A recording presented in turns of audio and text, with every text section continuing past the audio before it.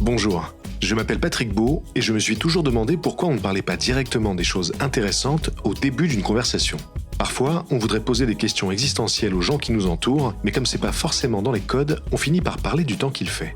Dans Continue tu m'intéresses, je vais donner à mes invités l'opportunité de parler de ce qui les intéresse vraiment. Et si tout se passe bien, ça devrait être intéressant. Aujourd'hui, je reçois Viviane Lalande. Elle est vulgarisatrice, vidéaste et créatrice de la chaîne YouTube Syllabus, qui est suivie par plus de 500 000 personnes. Dans ses vidéos, Viviane se pose souvent des questions inattendues, qui donnent lieu à des réponses passionnantes. Par exemple, les animaux sont-ils droitiers des pattes ou pourquoi on ne ronfle que quand on dort? Alors à mon tour, j'ai voulu lui poser cette question. C'est quoi qui t'intéresse le plus en ce moment? En ce moment, je m'intéresse beaucoup à une activité sportive qui s'appelle le Animal Flow. Ok. Est-ce que tu connais? Non, pas du tout. C'est alors il y a des gourous pour tout ce genre de trucs là, mais disons que moi la façon dont je l'interprète ma définition c'est un petit mélange de genre capoeira, acrobatie, parcours, cirque, yoga, breakdance et grosso modo ça vient travailler ta mobilité du corps au poids de corps, hein, t'as pas de poids additionnel et tu te déplaces dans l'espace. Souvent c'est au sol, avec un petit peu d'acrobatie et c'est très très cool comme activité sportive. D'accord, Animal Flow parce qu'il y a des positions animales ou pas du tout? Alors c'est vrai que le nom est un peu bizarre. Je pense que le mot important c'est flow surtout, c'est le fait que ce soit fluide entre les mouvements. La partie animale c'est essentiellement que c'est au sol, mais sinon c'est pas, ça imite pas. Tu vas pas faire quand tu fais un mouvement. Ouais. Mais c'est sûr que y en a un qui s'appelle le bear crawl, c'est le rampage de l'ours. Je sais plus comment dire. Mais c'est juste t'es à quatre pattes et puis tu rampes quoi, comme un ours. D'accord. Pas comme un ours, parce que je pense pas que les ours fassent. Non, j'ai pas l'image d'un ours qui rampe là. Voilà, mais c'est comme les positions de yoga qui ont des noms qui sont pas forcément si descriptifs que ça. Donc voilà, donc en ce moment je m'intéresse beaucoup à ça. Donc c'est une nouvelle discipline qui s'inspire d'autres disciplines. Alors je sais pas à quel point est-ce qu'elle est nouvelle. Je pense que c'est quand même assez récent. Ça s'inspire de plein de disciplines, c'est sûr. Puis moi je viens choisir un petit peu ce qui m'arrange dans tout ça. J'aime pas trop les pensées dogmatiques sur une seule façon de faire de l'exercice, une seule façon de vivre. Donc je mélange un petit peu tout ça, puis je vais j'ai une salle de gymnastique où je vais, puis ça s'inspire de plein de choses. Il y a un petit peu d'acrobatie, un petit peu de tout ça. J'ai l'impression que c'est quelque chose qui t'intéresse beaucoup, ça, le corps d'une manière générale, parce que tu as fait beaucoup de vidéos qui parlaient de ça, du fonctionnement du corps, des articulations, des muscles. C'est lié à ta formation ou pas spécialement? Je pense que c'est plutôt l'inverse. J'ai fait une formation là-dedans parce que ça m'intéressait à la base. Mais je pense que j'ai toujours fait du sport quand j'étais petite. J'ai toujours adoré ça. Je regardais, je me souviens quand j'étais ado et que j'ai eu pour la première fois Internet, parce que nous, on a vécu ça. Bien sûr. On a vécu la première fois l'Internet. Je regardais des vidéos d'arts martiaux acrobatiques. Puis j'étais fascinée, là. Je trouvais ça incroyable. Donc, ça date d'il y a longtemps. Je sais pas, c'est en moi. Donc, j'adore tout cet aspect de comment est-ce que tu peux pousser ton corps à faire plein de choses qui sont... physiquement en tout cas, hein, je parle pas vraiment du mental, mais vraiment de la partie physique. Et comment est-ce que tu peux le pousser à faire plein de choses? Je trouve ça fascinant. Et oui, il y a plusieurs de tes vidéos qui traitent de ce sujet-là. Ma vidéo la plus connue, elle est sur le squat asiatique, sur la position accroupie. J'allais en parler. Voilà, parce que en fait, donc pour les gens qui ne connaîtraient pas ta chaîne, donc c'est une chaîne de vulgarisation scientifique. Et pour moi, donc c'est mon regard personnel, hein, mais j'ai l'impression qu'il y a eu un moment de bascule à partir de cette vidéo-là.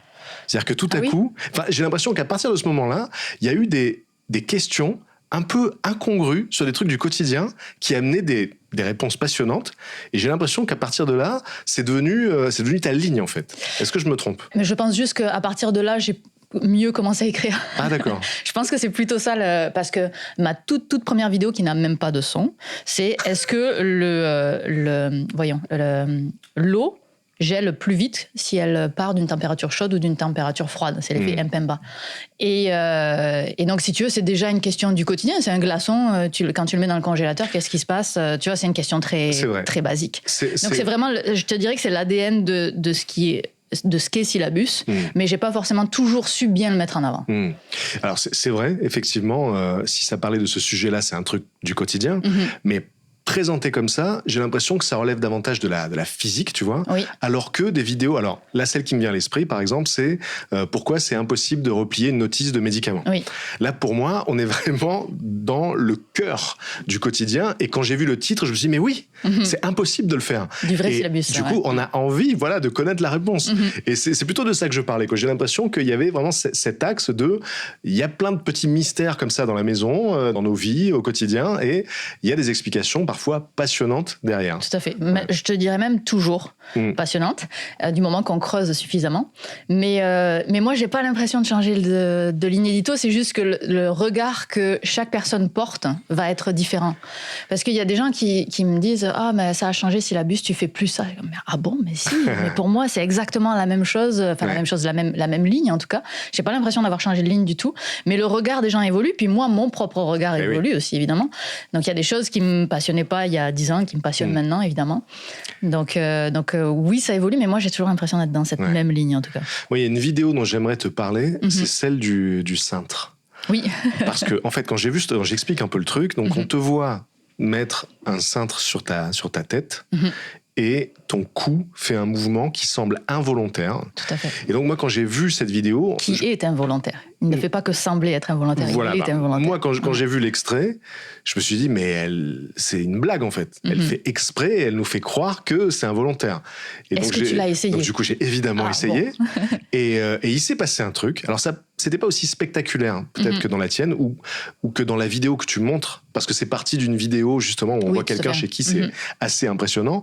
Donc, c'était pas aussi impressionnant, mais il y avait quelque chose, effectivement. Et je me suis dit, mais qu'est-ce que c'est que ce truc incroyable ? Donc, tu peux nous expliquer un petit peu ce phénomène ? Oui, alors, en vrai, on n'a pas vraiment la réponse à pourquoi est-ce que c'est là, qu'est-ce que ça fait. On n'en sait pas grand-chose. Mais quand on appuie en fait, le cintre, ça pourrait être autre chose, mais c'est le fait d'appuyer à des endroits très précis du crâne. Puis quand on appuie à ces endroits très précis, il y a la tête qui se met à tourner, un petit peu comme si c'était un réflexe. Ouais. D'où il date, de quand il date, aucune idée. Et donc, il y a des études scientifiques qui ont montré qu'effectivement, quand on appuie à certains endroits de la tête, il y a la tête qui se met à tourner. Ouais. Mais c'est pas facile à trouver. C'est-à-dire qu'il y a plein de gens qui me disent « Ah, sur moi, ça marche pas. » En général, c'est juste « Attends, viens, on passe 10 minutes ensemble et puis on va l'ajuster. » Parce que là, ce que vous avez vu à la vidéo, dans la vidéo que j'ai faite, c'est on a l'impression que genre je le fais puis ça marche. En réalité, il y a eu peut-être 25 essais avant que ça marche. Et puis, au bout d'un moment, je pense que ça m'a pris plusieurs jours avant d'arriver à le trouver. Et quand j'ai trouvé, j'ai dit ah d'accord. Et quand tu l'as trouvé, tu l'avais plus perdu. Je l'ai plus perdu, je savais exactement où c'était, mais à 5 mm ça marche plus quoi. Et donc c'est quand même assez surprenant. Alors c'est sûr que je peux retenir ma tête, ça m'empêche pas de la retenir, mais il y a un truc. T'as une envie quoi. Une envie qui te pousse à tourner. Tout le monde connaît le réflexe du genou, là, avec le marteau.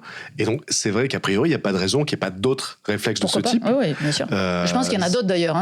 Simplement, voilà, il y en a un qui est plus célèbre que les autres. C'est ça. Et cela dit, même celui-là, en fait, c'est pas automatique, quoi. Il faut taper au bon endroit. Moi, quand j'essaye de le faire, ça ne marche pas, par exemple. C'est juste que je m'y prends mal. Donc, j'imagine que pour le cintre, c'est pareil. Oui, parce que tu peux le faire toi-même sur le genou. Moi, je sais où est le spot et puis ça marche à chaque fois. C'est très désagréable. Je déteste me faire ça. Ok.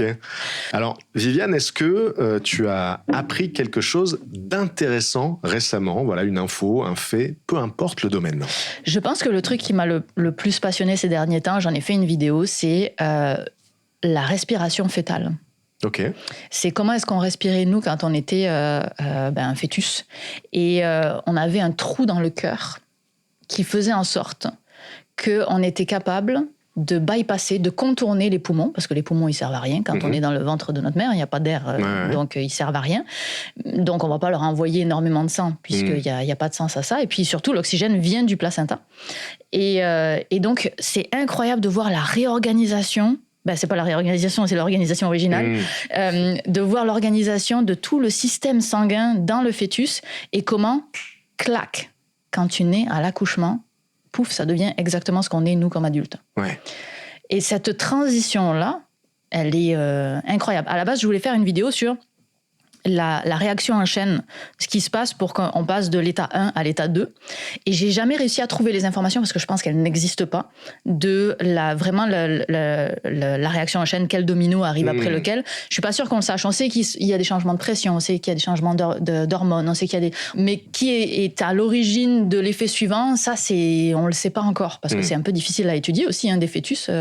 Pendant la naissance, ça dure à peine quelques minutes. Ouais. Donc ça, je trouve ça fascinant. Parce que donc, tout à coup, ce trou se résorbe. Oui, il se referme. Et c'est les poumons qui entrent en action. Et les poumons, pouf, comme s'ils avaient toujours fonctionné dans leur vie. C'est un peu comme si c'était une version accélérée de l'évolution. En fait, il y avait plusieurs étapes évolutives qui se jouaient en quelques instants. Et c'est comme ça que je l'avais interprété à la base, en me disant, on revit notre évolution, on est des êtres aquatiques, et puis après, on devient des êtres aériens. Je ne sais pas si c'est comme ça qu'on dit. Mais en réalité, ce n'est pas du tout les mêmes phénomènes. On n'a pas des branchies, on n'a pas des... C'est avant qu'on ait accès à nos poumons. Et quand, en fait, on a accès à un poumon, mais c'est pas nos poumons. Le poumon du fœtus, c'est le placenta de la mère, quelque part. Et c'est juste qu'on change, on réorganise. On change. L'oxygène, il vient plus de là. C'est incroyable parce que du coup, l'évolution a permis des systèmes d'adaptation à différentes époques de notre vie. Et donc, cette période pendant laquelle on est fœtus, il y a un système à part qui se met en place pour atteindre l'étape d'après. Exact. C'est incroyable. C'est fou. C'est fou. Mais tu vois les vestiges de notre évolution aussi pendant toute l'embryogénèse. En ce moment, je prépare une vidéo avec Pierre Kerner, qui est un biologiste. Et justement, on va parler du coccyx, qui est donc, vous savez, le vestige de la queue, de notre ancêtre de la queue. Et ça, on le voit dans notre fœtus. Le fœtus, à je ne sais plus quelle semaine de gestation, on voit cette queue qui se résorbe ensuite dans les semaines qui suivent. D'accord. Donc, on a quand même tous ces vestiges de l'évolution, tous ces restes de l'évolution qui sont dans notre corps. D'ailleurs, j'ai coécrit un livre avec Pierre Kerner qui s'appelle Nature secrète. Oui, que j'ai chez moi d'ailleurs, dans mon studio. Et ça me fait plaisir. Viviane, est-ce qu'il y a une œuvre dont tu voudrais nous parler parce que tu la trouves plus intéressante que les autres? Un film, une série, un livre, peu importe. Je vais te proposer un truc léger. Un truc, c'est en anglais, ça s'appelle Taskmaster. Et c'est un jeu avec, il y a 5 comédiens et puis il y a 2 maîtres du jeu, on va dire. Et c'est des tâches absolument ridicules. Mais c'est à mourir de rire. C'est de l'humour anglais. Ouais. Il y a beaucoup d'absurdes. Et c'est vraiment très drôle. Moi, je suis obligée de regarder avec les sous-titres parce que l'accent anglais est quand même assez difficile. Surtout que des fois, il y a des gens qui ont des accents vraiment très au nord de l'Angleterre, où là, certaines régions qui deviennent encore plus difficiles pour moi. Ouais. Donc, je regarde avec les sous-titres. Mais formidable émission. J'ai vu toutes les saisons. Donc, il y a des épreuves. Il y a des épreuves, c'est ça. Des épreuves, mais qui peut être la dernière émission que j'ai regardée, ils avaient un tas de coussins à déplacer du point A au point B. Et il fallait pas qu'ils soient vus pendant qu'il déplaçait les coussins. Et donc, tu as la personne qui va être le juge de l'émission, qui va fermer ses yeux pendant un certain nombre de secondes et ouvrir ses yeux pendant un autre nombre de secondes. Okay. Et le nombre de secondes est déterminé par la carte qu'ils ont lue qui dit vous devez déplacer les coussins de là à là. Vous, c'est 1, 2, 3, 4 lettres. Donc, 4 secondes, je ferme les yeux. 2 V, tant de lettres. Donc, tant de secondes, j'ouvre les yeux, etc. etc. Okay.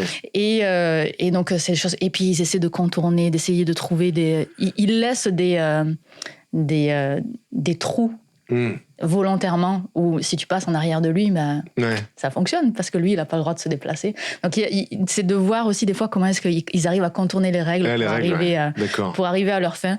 C'est du très bon divertissement. Et les participants, c'est des personnalités c'est des personnalités, moi je connais en général personne. Ouais.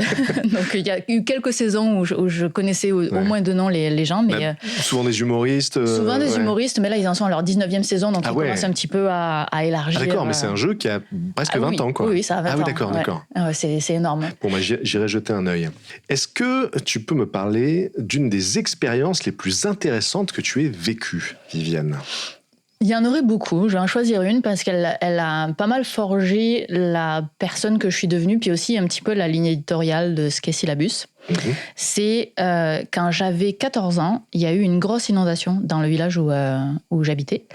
Et on était chez nous, il y avait ma petite sœur qui avait 10 ans de moins que moi, donc elle avait 4 ans, ma mère, et mon père, lui, n'était pas là, il travaillait à la mairie, donc il s'occupait de la ville qui avait de gros problèmes à ce moment-là. Ouais. Et donc l'eau a commencé à monter, on n'avait pas d'étage, et il a fallu qu'on soit élitreillé par hélicoptère, qu'on a réussi à être évacué. Et après ça, on a atterri dans le village. Je ne savais pas que c'était le village à ce moment-là. Puis on est arrivé, ça faisait quoi ? Ça faisait 3 heures que les hélicos tournaient partout. Et il y avait déjà une montagne de vêtements qui était là pour aider les gens qui avaient tout perdu, donc les gens comme nous. Il y avait, quand je suis retournée au collège après, il y avait des gens qui étaient venus m'apporter des trousses qu'ils n'utilisaient plus, avec des stylos qu'ils n'utilisaient plus. Et j'ai vraiment vu tout ce que l'humanité a de meilleur, la solidarité, ce que ça voulait dire pour de vrai. Et ça m'a énormément forgé parce que ma foi en l'humanité vient de ce moment-là. D'accord. Et je décide activement de fermer la porte à toutes les choses qui viennent contrer cette vision du monde. Ouais. Et c'est aussi pour ça que sur Ciel Bus, il y a très peu de sujets qui sont anxiogènes, parce que je ne veux pas participer à cette vision du monde. Je veux rester dans ce monde un peu bisounours qui existe dans ma tête, que j'ai conscience qui est très limité, mais c'est dans celui-là que j'ai envie de vivre. Ouais, je comprends. Donc je garde les infos, je sais tout ce qui se passe autour, mais j'essaie de les garder dans ma partie très rationnelle, et de ne pas la faire rentrer dans ma partie émotionnelle, parce que je veux préserver ce tout petit endroit de paix et de solidarité et d'humanité que je trouve merveilleux. Mais je comprends totalement, parce que je fonctionne un peu de la même manière. En fait, je considère que on n'a pas le contrôle sur ce qui se passe dans le monde. Non, évidemment, il y a des choses horribles qui se passent, mais il y a aussi des choses extraordinaires. Donc, on n'a pas le choix de ce qui se passe, mais par contre, on a le choix de la manière dont on va réagir à ces choses. À quoi est-ce qu'on va consacrer de notre attention ? Alors, ça ne veut pas dire ignorer ce qui ne va pas, mais ça veut dire décider consciemment de consacrer plus de temps à ce qui va nous nourrir, à ce qui va nous permettre d'être heureux, tout simplement, plutôt que de se focaliser sur les choses sur lesquelles on n'a pas la main et qui nous dépriment. Et d'ailleurs, par rapport aux informations en général, chaque journal, télévisé ou papier, c'est d'abord un prisme sur la réalité. Tout à fait. Le fait de choisir de parler de tel sujet plutôt que d'un autre, c'est déjà un biais subjectif, parce qu'il se passe tellement de choses chaque jour dans tous les pays du monde qu'on ne pourra jamais avoir une vision exhaustive de toute manière, quoi.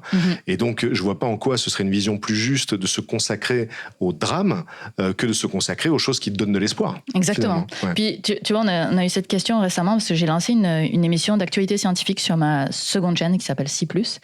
Et je fais ça avec Thomas Milan, qui est un de mes collègues, et qui, lui, c'est ça qu'il fait dans sa vie quotidienne, c'est de faire de l'actualité scientifique. Et ça faisait longtemps que je voulais lancer une émission d'actu, mais moi, j'arrive pas à aller regarder l'actu parce que il faut arriver à sélectionner ce que tu veux, parce que c'est chargé, il y a énormément de choses. Et donc lui, il fait déjà ce travail-là, et c'est pour ça que je me suis associée à lui, parce que je lui ai dit, Thomas, t'es déjà pile dedans. Est-ce que tu peux juste faire une sélection des meilleures actus ? Mais on veut du feel good, là. Je veux du feel good dans cette actu scientifique. Ça, il va y avoir une ligne édito et c'est assumé. Je veux du feel good. Est-ce que ça te tente que dans toutes les infos que tu vois passer dans ta semaine, dans ton mois, t'en sélectionnes 3-4 et puis viens, on les fait ensemble. Et donc, parce qu'il est là, je suis capable de proposer ce format-là sur ma chaîne, mais moi, je pense pas que j'aurai la bande passante dans ma tête pour être capable de faire ça. Moi, je pense qu'on a vraiment besoin de ça, parce que l'accablement et le désespoir, c'est pas fertile, quoi. Non, on a envie d'avoir des exemples d'espoir et d'initiatives encourageantes qui sont tout aussi réelles, mais qui donnent un peu plus envie, justement, de s'engager, de se motiver, quoi. Tout à fait. Est-ce qu'il y a un concept, une théorie, une idée que tu trouves particulièrement intéressante ou étonnante ? Alors moi, ce que j'aime beaucoup, c'est avec ça que j'ai commencé le monde de la recherche, c'est l'imagerie médicale. Je trouve ça incroyable qu'on ait aujourd'hui des technologies qui nous permettent de regarder à l'intérieur du corps humain sans l'ouvrir. C'est quand même fou. Genre, c'est vrai qu'on est tellement habitué qu'on s'en rend plus compte, mais c'est vrai que c'est fou. Ouais. C'est quand même fou. Ouais. Et puis comment est-ce qu'on fait ça ? On envoie des ondes. Puis genre on arrive à interpréter l'écho des ondes. On arrive à interpréter comment est-ce que le spin de machin revient à la normale. C'est incroyable. Et moi, ça me fascine. Moi, j'ai travaillé. Mon premier projet de recherche était sur les IRM. Alors je développais pas l'IRM. Je faisais un projet de recherche avec un IRM. Donc j'ai passé 2 ans la tête dans un IRM. Et c'était génial. Moi, j'ai découvert vraiment une machine. C'est un trésor de technologie. Tu as de la physique très fondamentale, de la physique quantique. Tu as de la mécanique, tu as de l'informatique. C'est malade, cette machine. C'est quoi la part de physique quantique dans l'IRM, par exemple? L'aimant permanent, c'est un supraconducteur. D'accord. Donc un IRM, ça ressemble à un gros donut, on est d'accord? C'est le truc cylindrique. Ouais. Et la raison pour laquelle c'est cylindrique, c'est qu'à l'intérieur de la grosse enceinte, tu as des fils de cuivre souvent qui sont enroulés comme une bobine, et on fait passer de l'électricité là-dedans. Quand tu fais passer de l'électricité à température ambiante, tu as de la résistance, ça chauffe, et puis tu vas pas pouvoir le laisser rouler à l'infini. Donc on refroidit et on arrive à des températures extrêmement froides où il n'y a plus aucune résistance. Et quand il n'y a plus aucune résistance, ça peut continuer à l'infini. Et en continuant à l'infini, cette électricité qui passe dans les fils, ça crée un champ magnétique. C'est l'électromagnétisme. Okay. L'électricité crée du magnétisme. Ok. Et est-ce que la technologie de l'IRM a évolué, ou est-ce que c'est la même chose depuis son invention? Alors ça évolue parce que on vient chercher de la résolution temporelle, résolution spatiale de plus en plus précise. Donc c'est d'être capable de voir des choses encore plus petites. Tu sais, dans une image, ça va être découpé en pixels. Pour un IRM, on appelle ça des voxels parce que c'est en 3D. Ah ouais. Et donc la taille de tes pixels va définir ta résolution de ton image. Et donc idéalement, tu veux évidemment réduire ta résolution. Tu veux aussi une résolution temporelle où tu vas être capable de suivre par exemple un agent de contraste que tu as injecté chez un patient et de le suivre à chaque seconde ou à chaque microseconde ou à chaque milliseconde, etc. Donc tu as différents types de résolution que tu viens améliorer, la vitesse aussi de l'acquisition d'images. Donc ça va être plus de l'optimisation que des nouvelles technos, je pense. Ouais. Moi, il y a un truc que je trouve assez fascinant comme évolution dans les technologies d'imagerie numérique, c'est sur les échographies, par exemple, puisque aujourd'hui, on peut voir son bébé en 3D. Oui. Ce qui est incroyable, alors qu'avant, on était habitué à ces images en 2D noir et blanc. Ouais. Et aujourd'hui, on voit quasiment le visage de notre enfant. C'est un peu bizarre, d'ailleurs, à regarder. Hein. Ouais, la première fois, c'est assez étrange. C'est étrange, ouais. Mais j'avoue que sur l'écho 3D, je ne sais pas trop comment ça fonctionne, mais j'imagine que c'est le même principe. Ils recoupent juste des ondes entre elles. Donc, mais oui, c'est très, très impressionnant. Et puis, en plus de ça, c'est des technologies qui changent aussi notre rapport à des événements aussi fondamentaux dans nos vies que la naissance d'un enfant. Oui, tout à coup, on ne le voit plus de la même manière, on ne l'imagine plus de la même manière. Et tu trouves que ça change tant que ça Moi, donc quand j'ai eu mon fils et qu'on a vu les premières échographies en 3D, j'avais l'impression de le voir concrètement, alors qu'avant les vieilles échographies noires et blanches avec donc des images plates, il y avait un côté presque abstrait en fait, c'est-à-dire qu'on devinait une silhouette. Et du coup, je trouve que le rapport est différent, quoi. On se dit, c'est intéressant. Moi, j'ai pas du tout vécu ça. Ouais. J'ai trouvé que, en fait, il y a une chance, c'est une chose, c'est que le bébé avait ses mains devant la tête, donc il y a jamais eu, j'ai jamais bien vu à quoi ça ressemblait. Mais et puis c'est peut-être la différence entre la vision du papa et la vision de la maman, bien sûr. Parce que moi, je l'avais dans moi. J'ai l'impression que c'était dans une autre vie. Je me souviens plus. Peut-être. C'était il y a combien d'années? Il y a 1 an et demi. Ah oui, d'accord. C'était vraiment très, très récent. Ok. Alors, est-ce qu'il y a un lieu dans le monde qui t'a particulièrement marqué ou étonné? Donc, ça peut être un bâtiment, un site naturel. Là, je précise que toi, tu vis au Québec. Oui, exact. Et donc, j'imagine que tu as dû découvrir des tas de lieux là-bas. Oui, mais alors du coup, c'est pas eux qui me viennent en premier parce que c'est plus du tout exotique pour moi. Oui. Ça fait longtemps que je suis là-bas. Mais je te dirais que le lieu qui m'a peut-être le plus marqué, c'est le Grand Canyon. Ah ouais. Est-ce que tu y es allé? Oui. C'est incroyable. Et surtout, je l'ai vu bien après les chutes du Niagara. Ouais. Les chutes du Niagara, j'ai été extrêmement déçue. Parce que ce que tu vois genre en vidéo ou en carte postale, c'est exactement ce que tu vois quand tu es sur place. Ouais. J'ai pas eu une impression de grandeur particulière. Puis en plus, derrière, il y a les casinos. Ça change complètement l'ambiance de l'endroit. Ouais. Tandis que le Grand Canyon, il y a une impression d'immensité. Il y a une immensité qui ne peut pas être retranscrite par une carte postale. C'est génial parce que j'ai exactement la même analyse. Ok. Parce que je trouve que le Grand Canyon, tout comme les chutes du Niagara et tout comme ce type de grandes merveilles naturelles qu'on connaît par cœur, enfin qu'on croit connaître avant de les avoir vues, il y a un côté, on est presque blasé, quoi. Exactement. Tu vois, Exactement. on se dit bah oui, le Grand Canyon, tout le monde connaît le Grand Canyon, qu'on l'ait vu ou pas. D'ailleurs, on l'a vu en photo, on sait ce que c'est. Mais moi, quand je l'ai vu pour la première fois en vrai, j'avais le sentiment de ne jamais avoir vu quelque chose d'aussi immense de ma vie, quoi. En fait, Oui, c'était tout à fait. tellement immense que j'avais l'impression d'être face à une sorte d'affiche gigantesque qui aurait été collée dans le ciel, parce que j'arrivais pas à prendre la mesure du truc.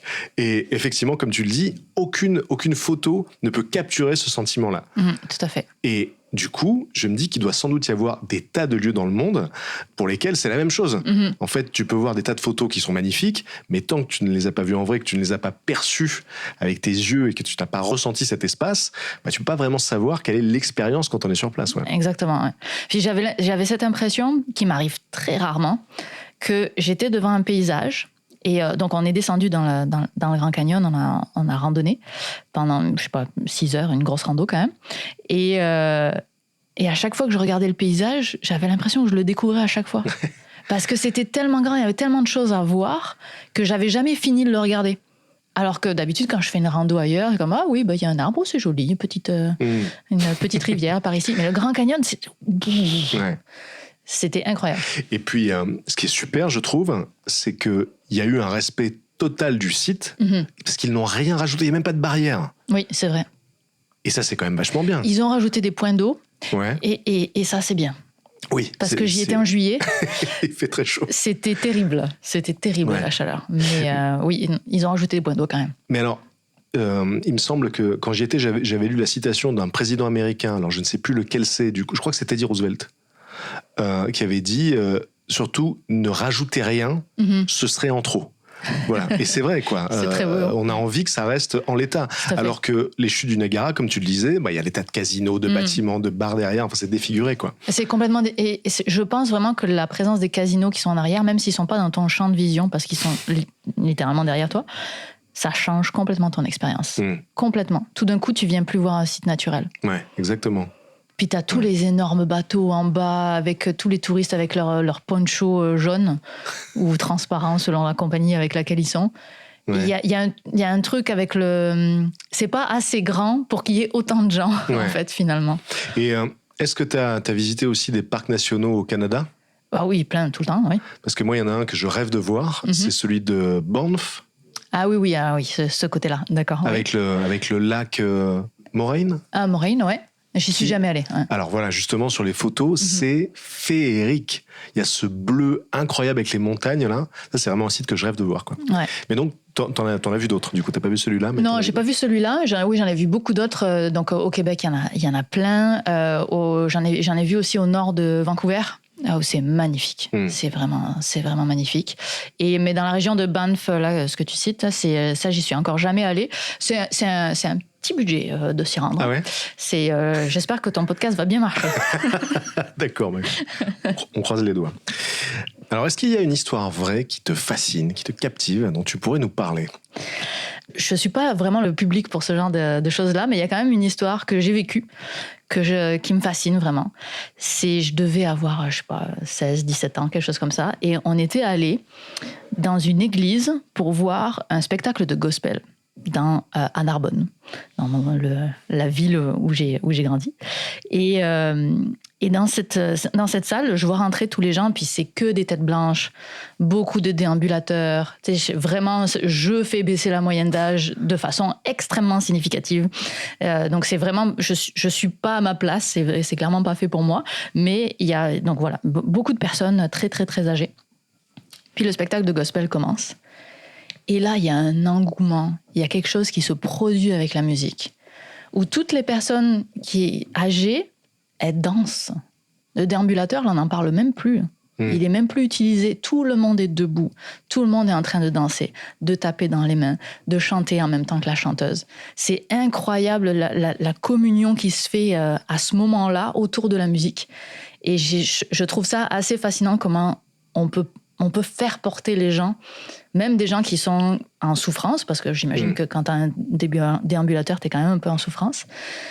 et ben on est capable de les porter avec la musique et en tout cas de leur faire oublier leurs mots pendant le temps d'une musique. Et ça me fascine. C'est comme s'il y avait une sorte de transe en fait. Oui, un petit peu comme ça. Ouais. Et j'avais trouvé ça, j'en ai un souvenir vraiment incroyable de cette musique-là dans cette église. D'accord. En même temps, ça rejoint aussi cette vision du monde qui est focalisée sur le positif. Exactement. D'ailleurs, est-ce que en faisant tes vidéos, il y a quelque chose que tu as découvert ou que tu as appris en faisant des recherches qui t'a particulièrement étonné? Donc là, sur le dernier sujet que j'ai abordé, c'était sur la quantité d'alcool qu'il reste dans la nourriture une fois que c'est cuit. Et moi, j'avais toujours considéré que ça s'évapore à la cuisson. Donc, de quoi parle-t-on? Pourquoi est-ce qu'on parle de ce sujet? Et en réalité, non, ça s'évapore pas totalement à la cuisson. Et c'est super dur, en fait, de savoir à quel point ça s'évapore.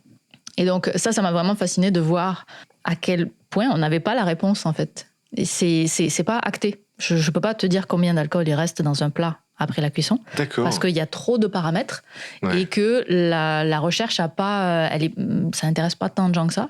Donc il y a quelques articles par-ci par-là, mais rien de bien concluant, quoi. Ouais. Donc ça veut dire que si on fait cuire un plat avec de l'alcool, il en reste. On mange de l'alcool. Oui, tout à fait. D'accord. Donc si tu fais un bœuf bourguignon, tu bois de l'alcool. Combien est-ce que tu en bois? Elle est là la grande question. Parce que si tu en bois une molécule, on s'en fout, une molécule d'alcool, ça va rien faire. Toi-même, dans ton corps, tu produis de l'alcool. Notre système digestif, c'est un haut lieu de fermentation. Fermentation égale production d'alcool. Donc, on produit l'alcool, même si on n'en boit pas, même si on n'en consomme pas.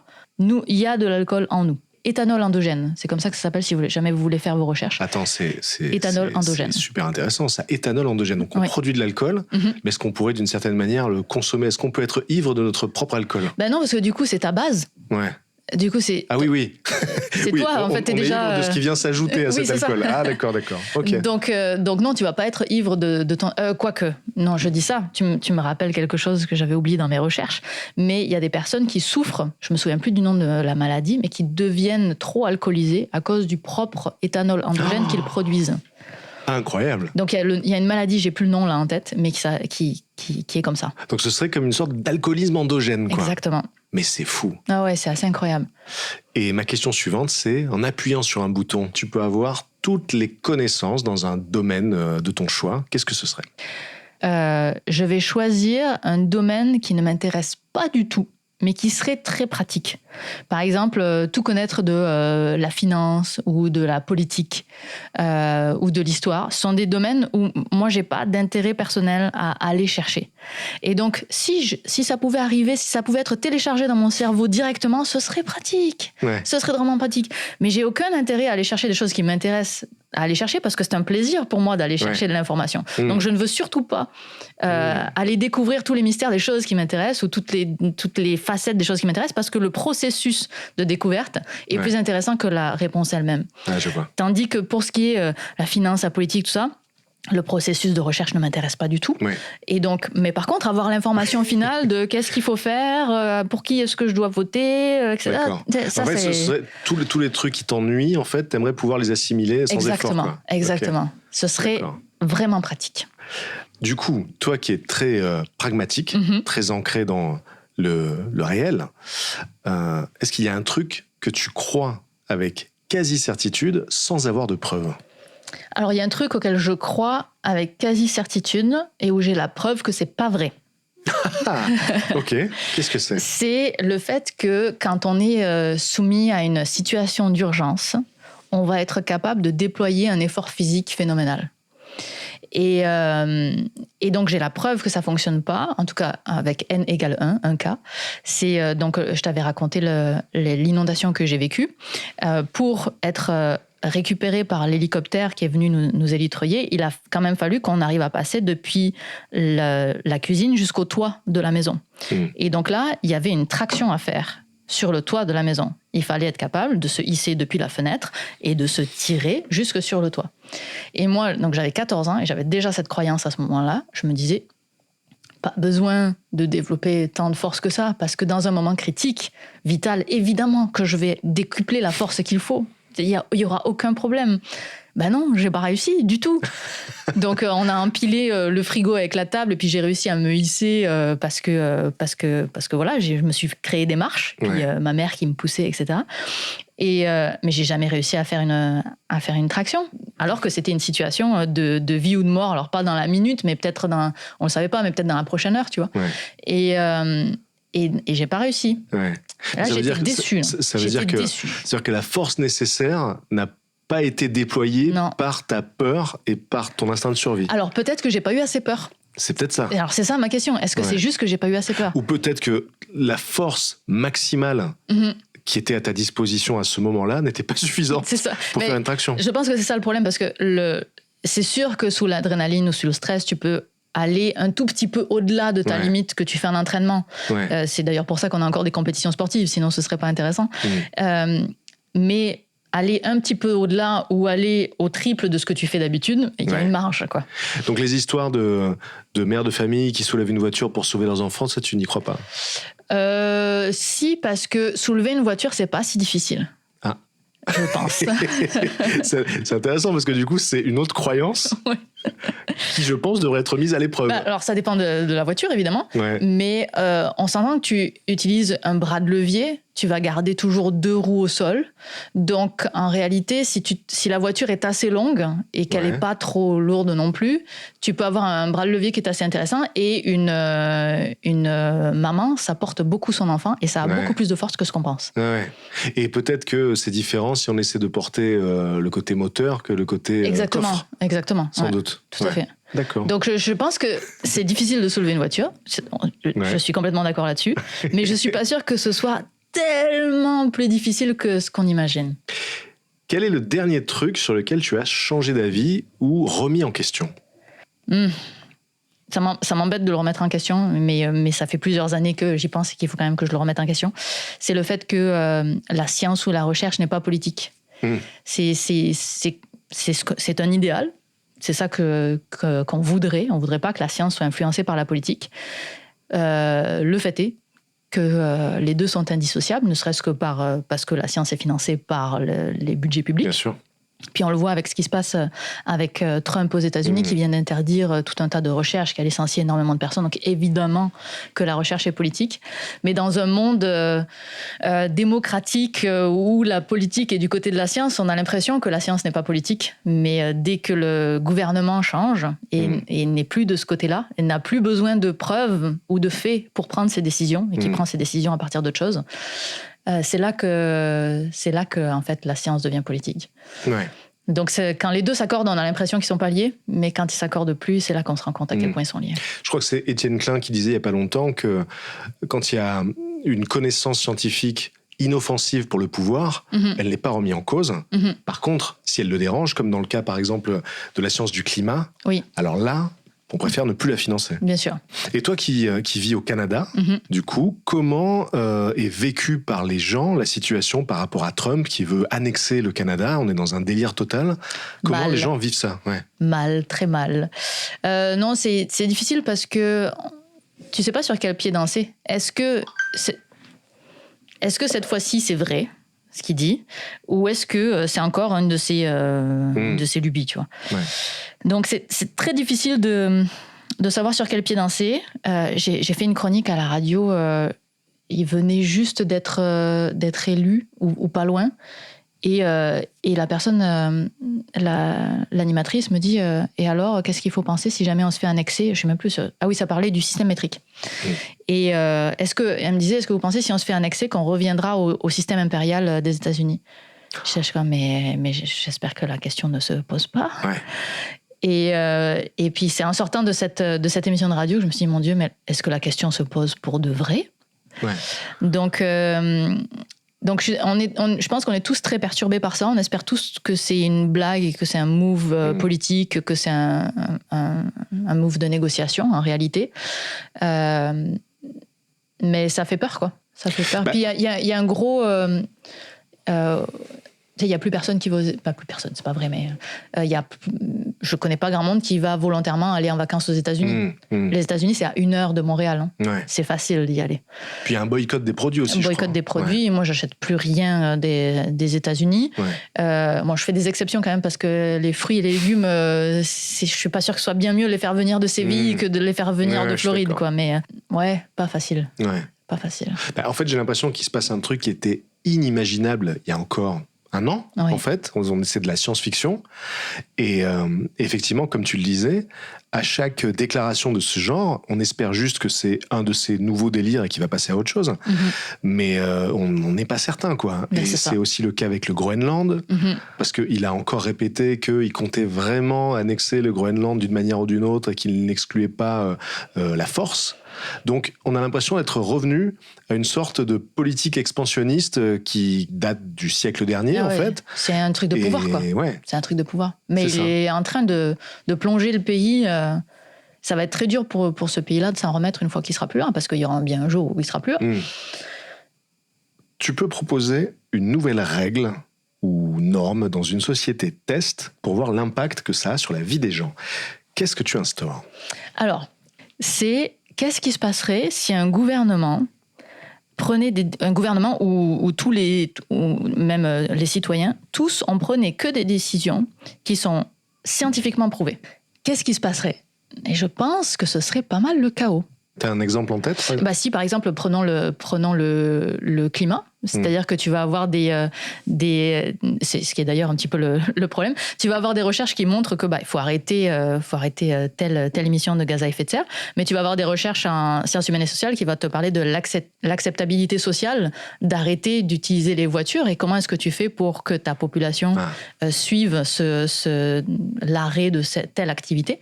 Comment est-ce que tu fais ? Tu arrives vite à un point de blocage où tu as une partie qui te dit il faut arrêter, et l'autre partie qui te dit ça va pas être accepté ou ça va pas être possible pour telle autre raison parce qu'il y a telle autre industrie qui dépend de telle chose, ce qui est un petit peu la réalité d'aujourd'hui.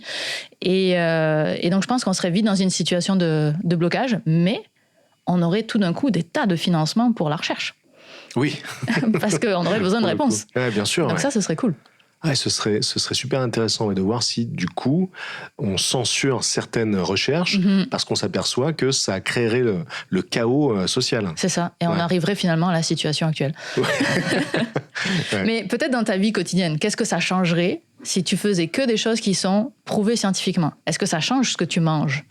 Est-ce que ça change la manière dont tu fais tes lacets avant de partir ?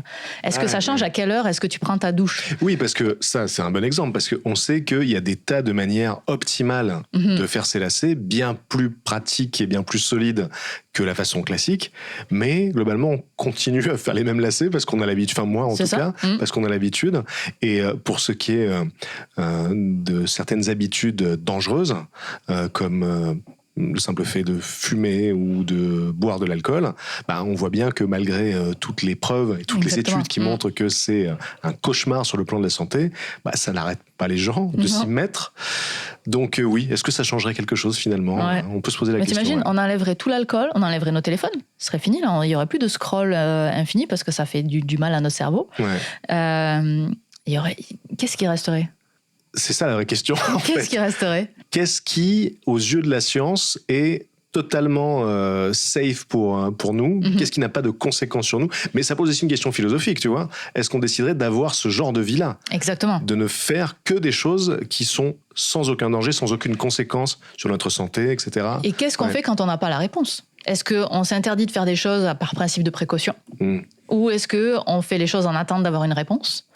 C'est vrai qu'on a tendance à associer la science avec une vision progressiste du monde, mais une dictature scientifique pourrait être terrible. Tout aussi terrible oui, tout à fait. qu'une dictature obscurantiste, en fait. Ouais, c'est une bonne question. Penses-tu que notre existence a un sens, ou bien penses-tu que c'est à nous de lui en donner un ? C'est intéressant parce que je trouve que cette question, elle dit beaucoup plus de toi qu'elle va dire de moi avec ma réponse. Ah ouais ? Ouais, parce que C'est une question que moi je me suis jamais posée. Est-ce que la vie a un sens? J'ai jamais eu cette, même à ado où paraît-il c'est là qu'on fait les crises existentielles. Je me suis jamais posé la question de est-ce que la vie a un sens? Est-ce qu'on devrait lui donner un sens? Vraiment, c'est hors de ma portée de compréhension que de chercher un sens à la vie. Cela dit, depuis que j'ai un bébé, je trouve que la vie a plus de sens. Mais je peux pas expliquer ce que ça veut dire. Ça, c'est intéressant. Et je sais pas ce que ça veut dire. Ouais. Et je sais pas ce que ça veut dire pour la suite, je sais pas ce que ça veut dire pour avant. Ouais. Mais je trouve que ça a plus de sens. Moi, j'ai la même chose depuis que j'ai mon fils. En fait, j'ai même l'impression que pour la première fois, j'ai un rôle qui a un sens dans l'existence. J'ai l'impression que avant d'avoir mon enfant, j'expérimentais la vie. Voilà, je m'amusais un peu dans l'existence, tu vois, sans but précis finalement. Ouais, on fait ce qu'il y a à faire. Et puis là, tout à coup, le sentiment d'avoir le rôle le plus important de ma vie et surtout le fait d'avoir pour la première fois peut-être une certitude, c'est-à-dire que tu sais que quoi qu'il arrive, jusqu'à la fin de tes jours, tu seras le parent de cet enfant et que ta mission, ce sera d'en prendre soin et de l'accompagner et de l'aider, de l'aimer. Et du coup, cette mission-là fait sens. Oui, tout à fait. Éminemment. Complètement d'accord. Puis il y a aussi quelque chose, un corollaire à ça, qui est que du coup, si tu as du sens via cette relation, ça veut dire peut-être que tu as moins besoin de sens dans ton travail. Et moi, j'ai l'impression que ça a beaucoup...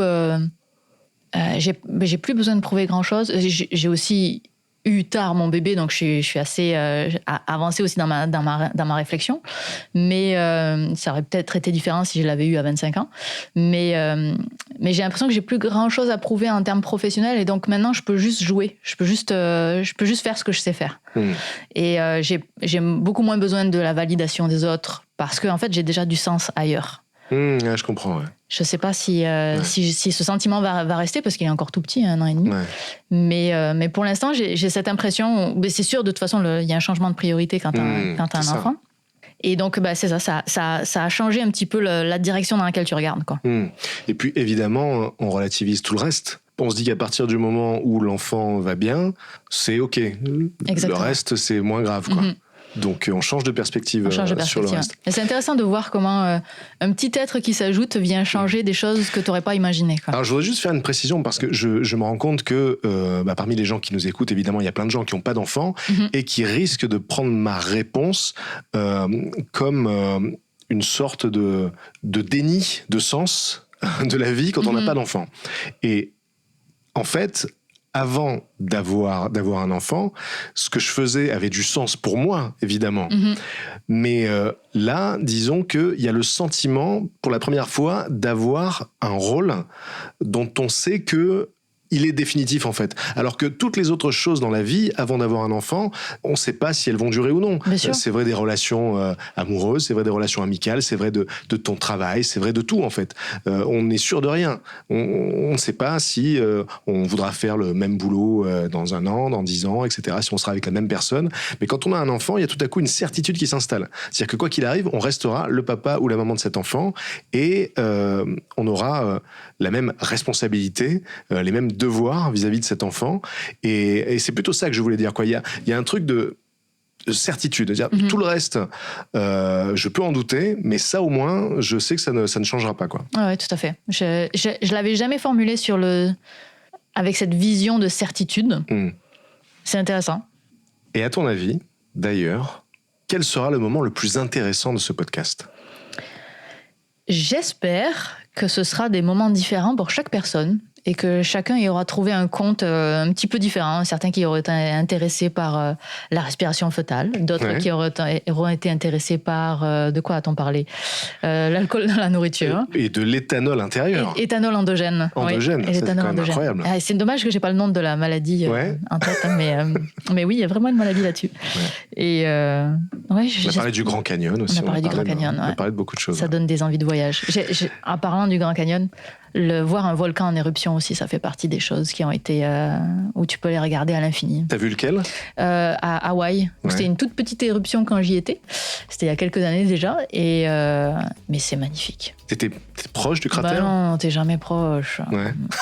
Dommage. Dommage. Ouais. Moi, j'aurais voulu être beaucoup plus proche que ça, mais non, comme quoi il y a de la sécurité. Ouais. Oh là là. Merci Viviane d'avoir été mon invitée. Un grand merci pour ton invitation. Avec plaisir. À vous qui nous écoutez, j'espère que ça vous a intéressé. Et si c'est le cas, n'hésitez pas à laisser des commentaires et des étoiles sur les plateformes de streaming. Je vous dis à mardi prochain.